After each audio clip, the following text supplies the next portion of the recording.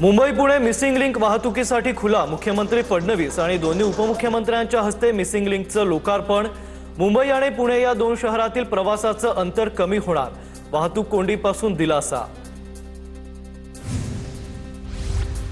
मुख्यमंत्री फडणवीस आणि उपमुख्यमंत्री एकनाथ शिंदे आणि सुनेत्रा पवारांनी एकाच गाडीतून मिसिंग लिंकवर प्रवास केला। एकाच गाडीतून तिन्ही नेत्यांनी मिसिंग लिंकवर प्रवास केलाय। प्रवासातून मिसिंग लिंकच्या कामाची पाहणी करण्यात आली।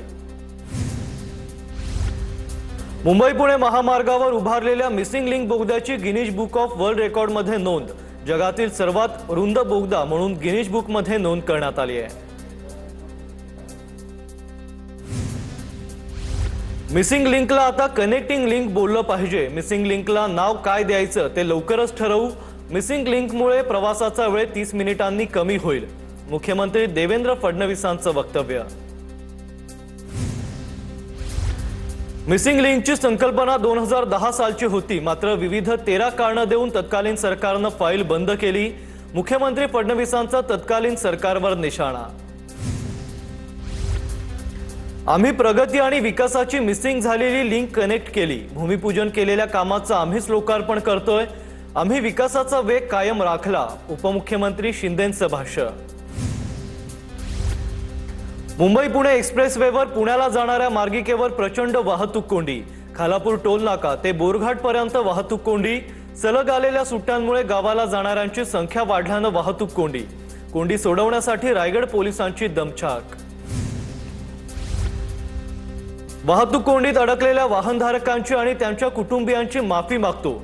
मुंबई पुणे महामार्गावर झालेल्या वाहतूक कोंडीबाबत मुख्यमंत्र्यांकडून दिलगिरी व्यक्त। एक्सप्रेसवेवर मुंबईहून पुण्याकडे जाणाऱ्या लेनवर वाहनांच्या रांगा। ट्रॅफिक कमी करण्यासाठी महामार्ग पोलिसांकडून पुणे लेनवर 15-15 मिनिटांचा ब्लॉक।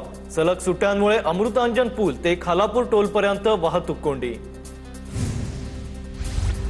मुंबई पुणे महामार्गावर मोठी वाहतूक कोंडी। मुंबईवरून पुण्याकडे जाणाऱ्या वाहतूक कोंडीत सुप्रिया सुळे अडकल्या। आज मुंबईहून पुण्याकडे जाताना प्रचंड वाहतूक कोंडी। सलग आलेल्या सुट्ट्यांमुळे महामार्गावर वाहतूक कोंडी झाली। मुख्यमंत्री फडणवीसांकडून सुप्रिया सुळेंच्या ट्रॅफिकमधील व्हिडिओचाही उल्लेख। सुळेंना मुंबई पुणे महामार्गावर वाहतूक कोंडीचा सामना करावा लागणार नाही। तुमच्या सरकारनं थांबवलेलं काम आमच्या सरकारनं पूर्ण केलं, फडणवीसांचा सुप्रिया सुळेंना टोला। रत्नागिरीतल्या संगमेश्वर एसटी स्टँड परिसरात मोठी वाहतूक कोंडी।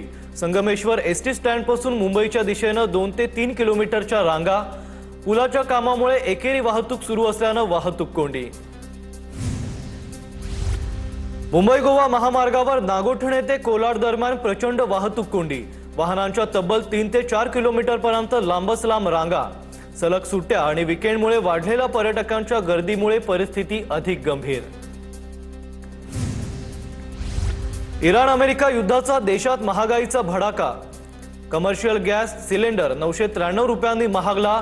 19 किलोचा कमर्शियल गॅस सिलेंडर आजपासून 3071 रुपयांना मिळणार। याआधी कमर्शियल सिलेंडर 2078 रुपयांना मिळत होता। जनतेला निवडणुकांचं बिल मिळालं। कमर्शियल सिलेंडरच्या दरवाढीवरून राहुल गांधींचा केंद्र सरकारवर हल्लाबोल। तर गॅसच्या किमती दरवाढीनंतर आता पेट्रोल डिझेलवर वार होणार, राहुल गांधींचं भाकीत। कच्च्या तेलाचे भाव वाढल्यानं भारतीय रुपयामध्ये मोठी घसरण। अमेरिकन डॉलरच्या तुलनेत रुपया 95.34 च्या नीचांकीवर। जीवनावश्यक वस्तूंच्या किमती वाढण्याची शक्यता। राज्यसभेचा प्रश्नच नाही, काँग्रेसची विधान परिषदेबाबत चर्चा। संजय राऊतांचं वक्तव्य। राऊतांना राज्यसभेच्या स्वप्नातच राहू द्या, उदय सामंतांचा टोला। तर राज्यसभेसाठी राऊतांची धडपड की काँग्रेसकडे जाण्याची तयारी, नवनाथ बन यांचा सवाल। काँग्रेसनं निवडणुकांमधून माघार घेण्याची हॅट्रिक केल्याची चर्चा। शरद पवारांना भावनिकतेतून राज्यसभेला पाठिंबा दिला, सपकाळांचं स्पष्टीकरण। तर शिवसेनेकडे 4 जागा जास्त असल्यानं त्यांना विधान परिषद दिली। पुढच्या वेळी काँग्रेस जागा घेईल, सपकाळांचं विधान।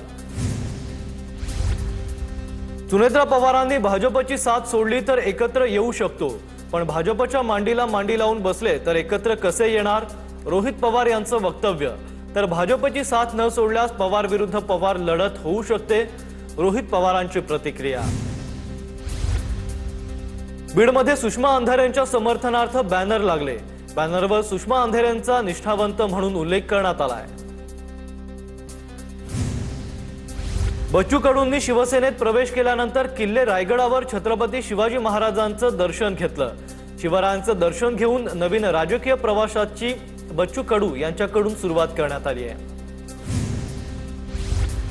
मला देखील शिंदेंनी शिवसेनेत येण्याची ऑफर दिली होती, पण फडणवीसांसोबत निष्ठेनं राहीन असं शिंदेंना सांगितलं। रवी राणा यांचं वक्तव्य। तर एकनाथ शिंदेंनी कधी फोन केला होता हे रवी राणांना विचारलं पाहिजे। मंत्री उदय सामंत यांची प्रतिक्रिया। पुण्यातील कोंढवा परिसराला भाजप पदाधिकाऱ्यानं पाकिस्तानचं कराची म्हणून संबोधलं। सोशल मीडियावर भाजप पदाधिकाऱ्याचा व्हिडिओ व्हायरल। कोंढवा पोलीस ठाण्यात गुन्हा दाखल। भाजप पदाधिकारी सातत्यानं कोंढव्याला बदनाम करतायत। भाजप पदाधिकाऱ्यांवर कारवाई करावी। काँग्रेस नगरसेवक प्रशांत जगताप यांची मुख्यमंत्र्यांकडे मागणी। जर भाजप पदाधिकारी असं बोलला असेल तर कारवाई नाही, पण मी किंवा भाजप पदाधिकारी त्यांना बोलवून त्यांचं काय म्हणणं आहे हे समजावून घेऊ। भाजपच्या आमदार